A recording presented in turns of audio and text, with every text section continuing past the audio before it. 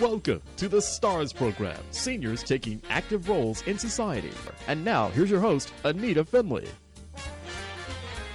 I am always happy to have the folks from Faith Farm Ministries here. Today we have Rick Aspden, because Rick is Deputy CEO of Faith Farm Ministries. And Rick and I were talking about, it seems like more people know the name Faith Farm Ministries, but as Rick said, do they know that it's more than a thrift shop? And that's what you're trying to do, isn't it? Exactly. We're trying to get the information out to the public of what we actually do. We are so much more than just a thrift store, although we are a thrift store, but it's what those funds do behind the scenes that a lot of people don't realize, that they're God through Faith Farm is literally saving lives every day for people that are caught up in addiction in some way, shape, or form, both men and women. Rick, will addiction ever go away? We can continue to pray, but the human nature is always there, and so I don't think we're going to be out of business anytime soon when it comes to dealing with people that are struggling in addictive behaviors. One of my other interviews, very, very interesting. It was a doctor, and she was telling us a list. She was giving us a list of the worst foods that you can have. And the reason I'm going to mention it, because one of them is tea and coffee and carbonated drinks. Do you know how many people are addicted to those things? Oh, I would imagine it'd be the numbers are astronomical. Right, because especially, if somebody really likes it, I would say coffee's probably maybe, I think you get rid of carbonated drinks, and not that everybody drinks tea. But coffee, just think about it. So she started talking about that. And I don't drink any of those things, so I guess I'm pretty lucky. But once you're a coffee drinker, it would be very hard. And that's called an addict, actually. Well, yeah, anything that you absolutely have to have that you can't go without, or you can't stop, then you would be, kind of addicted to that. And that's, obviously I'm not a doctor. That's my own kind of, definition of it. But, the people that we deal with, and there's some of this that needs to be understood that, because coffee, cigarettes, some of the other addictive things that are they're although cigarettes maybe not as socially acceptable as it used to be, alcohol, those things are a little bit more socially acceptable than hardcore drugs or heroin or something like that. And so in the addict's mind, it's not so bad because it's a little bit socially acceptable. It's legal, like for cigarettes and alcohol, it's legal. And so that's one of the things that we have to deal with when we're dealing with people with addictive behaviors, is to get them to understand that regardless of whether it's legal or not, it's destructive in your life. Right, and I jumped into that too quickly because we do want to talk about what else you do besides the thrift shops. But in your processing, I just want to ask you, can people smoke? They're allowed to smoke, aren't they? Yes, it's very restrictive, and there's a reason for that. We allow all the students, any student that comes in smoking, they are able to smoke. But it is restrictive. What I mean by that is that there's certain times and places that they can do that they can smoke. We're restricting it more and more, to be honest with you, and the reason for that is that statistics tell us in almost any academic book that you read that there's a 50% greater chance of relapse if the addict smokes. So although we understand sometimes people have a hard time dealing with two addictive problems at the same time, we understand that, but we're really, really trying to push not smoking. And, if you are smoking, then let's get some help while you're here so that we can get you to a spot where you're not smoking or, in your other addictive behaviors, drugs and alcohol at the same time. And so that's very much promoted, and we're doing a much better job in that area. But we do allow students to still smoke if they choose to. Right. But again, it's very limited. Do you have psychologists on your staff? We don't. How do you manage all this? Just tell us. So when someone comes in, let's move way back. So someone's having a very hard time. They're an addict of something, right? And alcohol. Well, alcohol and drugs are alcohol and drugs. typically what we deal with. Right. Okay. So they knock on your door. They call. Just walk us through this. So generally speaking, by the time you get to Faith Farm, they've burnt almost every bridge they've ever had or will have. And so we're kind of their last ditch effort. Because we are, for all intents and purposes, we have a very small administrative fee. But for other than that, it doesn't cost the students any money to go through the program. We don't want to say it's free because it is a valuable program, but it doesn't cost the students any money. Faith Farm provides all the resources that it would take to get a student to go through a 10-month regeneration program. And so they would do an application online. One of our intake at one of the 3 campuses would grab that application and call them back and begin the interview process, which could be a number of phone calls over a number of weeks. And it really depends on the person and the situation and what they have. It's almost individualistic because each person's background, each person's situations can be a little bit different, and so it can vary from 2 or 3 days to literally 2 or 3 months, depending on the situation that the student might have. And they have to really want to do that, don't they? Well, yeah, and that's part of the intake process. Is that everyone that calls needs Faith Farm, and they need to get off of drugs and alcohol. Not everybody wants to, and that's unfortunate, but it's the truth. Yeah, I'm sure that's really true. And you can't convince them to do it, because I've heard this before. They have to want to do it. You can only tell them what they're going to be faced with when they come. But you can't convince them, right? Right. And it's the idea of that's why we do an intake process. And then sometimes Faith Farm is 100% volunteer. Now sometimes a student will say, well, the court ordered me here. Mm-hmm. Well, no, the court didn't order here. You chose to come to Faith Farm and try and deal with your addictive behaviors or go to jail. And so it's still a choice. And so, like I said, when they come there now, we've had many students will tell you this. When I first come, I didn't want to be here. But, as they work through the program and it becomes very beneficial in their life and they realize that their life is changing and it's saving their life, they'll say it's the best thing that ever happened to them, And the wonderful part about this is that you have proven to be such a positive and accepting organization that the courts will really entrust people to you. I mean, that's pretty good. I'll bet that didn't always happen. Someone had to really work through that. I'm not sure. It was before my time, but we try to work with the court system the best we can, understanding that we are not a medical facility. We are a faith-based Christian organization. We make no apologies for that. That's what we do.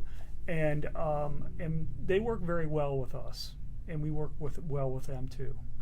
Yeah, when you think about that is a wonderful opportunity for someone who's destined to go to prison, and they say, but there's another alternative, and I would think that most people would want that, but of course they come with a chip on their shoulder. Well, sometimes they do. Sometimes they do. We have to understand that these people are hurting people. That's why they have this addictive behavior. That they're hurting. Many of them have been abused. Many of them, the majority of them come from broken homes.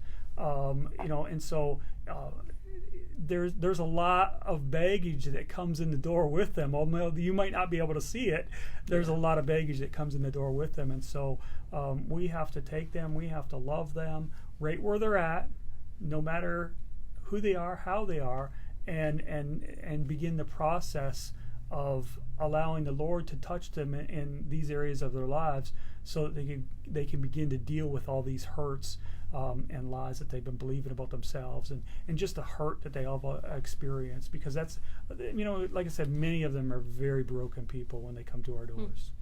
Okay, now that we've said that, when they come, they have responsibilities. They can't just come and sit and stay in their bed and watch TV. Right. we give them responsibilities. We call it a job. We call it a job. They have responsibilities. Of course, we have class time that each student is required to be in class. We run what we would call a pretty tight ship.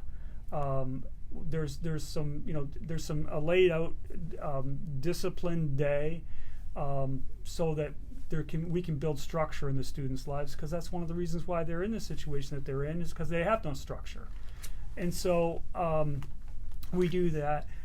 Each student is divides the job, and there's probably, depending on which campus they're on, there's anywhere from probably 9 to 15 different jobs that they could have. And just because you got this job doesn't mean you're going to be there for any length of time, because we'll move you wherever we feel like we need you at the time. So you have to teach them, though, how to work in that job too, don't you? Right. Yes, we have to teach them. And here's the thing: is that our work therapy is one of the most important parts of the day, because when they learn what they're learning in class, now when they get on the job site, that's when they're going to be living it out and be able to, we can be able to process them and walk them through some of their hot button issues, because they're on the job and now their defenses are down, and they're somebody said something to them that hit them the wrong way, and all of a sudden they're all fired up, and we have an opportunity to address that right now, right then. And that's why our staff are trained to deal with that stuff right on the job right now. So tell us some of the jobs. Okay, so so there's a kitchen duty. We provide over 400,000 meals a year, and so the kitchen never stops. There's 3 meals a day, 365 days a year, and at full capacity we have 440 beds. So there's a number of students that are just assigned to the kitchen to prepare breakfast, lunch, and supper. 365 days a year, 3 meals a day. So they wash dishes, they prepare food, and Right. they're taught to do that. Right. And how can you make sure they have a happy attitude? Well, we can't, and that's part of that's the part of the work therapy, is that what we have to get them to understand is that not every day of your life is going to be completely and utterly just happy. There's things that are going to happen in your life. There's things that are going to happen in your day that aren't going to go well. And it's not just people that are struggling with addiction. It's all of us. And so we teach them how to handle that when things come up, not to go into destructive behavior. Their old life, so to speak, stuff would come up, and they just go get high, or they go get drunk, or whatever it might be. And so we're teaching them on the job how to do that. Some of the other jobs, we have all of our route trucks and all of our company vehicles, and so we have areas where we need a mechanic to mechanic and help the employees to keep our trucks maintained and running and fixed. Other areas are just the cleaning of the dormitories, the cleaning of the facilities. Faith Farm has been around for 69 years. And so as we started in Fort Lauderdale and then Boynton Beach and then Okeechobee, our things need to be cleaned on a consistent basis. Painted maybe on the outside? Painted, cleaned, upkept. There's a lot of upkeep to 3 ministries on roughly 500 acres of land spread out over 3 different counties. And so there's a lot of work to just doing that. There's a maintenance department. There's lawn care department that they're going to have to be weed whacking and cutting grass, which is a big chore up in Okeechobee because we have almost 400 acres, and that needs to be maintained in a so it looks nice. And as people learn how to work, because some of the gentlemen that come to us, they don't know how to work. That's so interesting. I've heard that before. They don't know how to work. Well, not from our perspective. They say, well, I may have had a job, but they really don't know how to work, how to keep a job, and really in the heat of the day, outside. Many of them have never worked outside, and so it builds character, but at the same time, it also builds a work habit, and that's what we're trying to build into them, along with not using drugs and alcohol, is to build a work habit that when they get done their so-called program, they can be productive citizens of the United States, because the more productive they are, the better off they're going to be, and they're not going to be, going back to their old ways. Well, this great guy that we have on the radio show representing the Faith Farm Ministries is Rick Aspden, and he's Deputy CEO of Faith Farm Ministries, and you can look online to faithfarmministries.org. It's a place that you can donate your car. You can donate all sorts of products you have, clothing, furniture, and they'll come up and pick up things from you too. But the most important thing is to go there and buy it. I tell anybody that don't go to the stores to buy your furniture and things. Just go there. You'll be amazed. The prices are so inexpensive, and they have such nice things, and you're helping to create exactly what Rick's been talking about. That's how you make the money to do all these things. Let's keep on this, though, because I think it's a wonderful thing that you're explaining this. So now you have someone who hasn't worked at a job like you and I have been working. We know we get there, we work, we finish. Now they have buddies, don't they? Sure. Which is nice for them. Right. Every student, as soon as they come into the program, is what we call given a big brother. And a big brother is basically somebody that's been in the program longer than they have. Been in the program probably somewhere between 20 and 30 weeks. And so they kind of show them the ropes, get them settled into what the Faith Farm culture, so to speak, and give them at least somebody to talk to, sit with at supper, dinner, lunch, to kind of communicate with. The one thing, and I'm really proud of this thing, is that the one thing when our students come in, no one can ever say they don't feel loved when they get to Faith Farm, because immediately people feel like they're loved, they're accepted, and it's like, hey, come on in and let's be a part of our home. One of the things that we have in the Okeechobee billboard, as soon as you walk in the door with a new student, we'll have the student's name and say, hey, welcome home. And I can't tell you how many people on the backside, when they're graduating, how many times they would say, when I come through that door and I seen that sign, it was like I could hardly hold back from just bawling like a little baby, because I actually felt like it was home. And so that's the thing that we do. We develop a culture and a community of people not only living in recovery, but living for the Lord. Yeah. And that's what we're all about. We're all about making disciples, because when we make a disciple, we know that disciple is not going to want to shove a needle in his arm. Right, and that they're going to now be a disciple to go out and help other people. Exactly. Because I've seen that. Yeah. But even the graduations, I've seen the guys, the buddy up, they're, right. Oh, they love each other, they hug each other, they laugh about everything, and you can see they I guess in their mind, we've been through it, and we come out okay, and look at us, and now we have friends, and we don't have to be ashamed. Lifelong friends. Right? Yeah. Because, it takes a lot for someone to get up in front of everybody. Your graduations not only have their family and other people in the program, they have strangers there too, and they have to open up and say everything they've done, and some of it isn't very pretty. Right. I've been amazed when the women go and do this, sure. and they just really get down and dirty about what it's been, and it's sure. amazing that they can do this, but they must be so proud now that they've escaped that life. Right.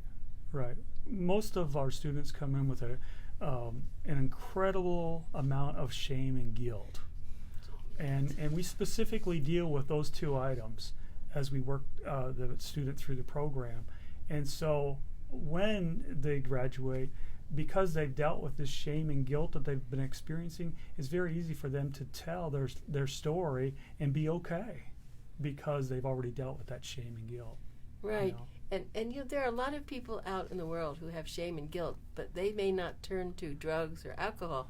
They do it with diet, they do it with assaulting people, they right. do it with lots of things. I mean, I often wonder when people go in and shoot so many people, they've got to have these problems, sure. right? Sure. They just chose to deal with it in a different way.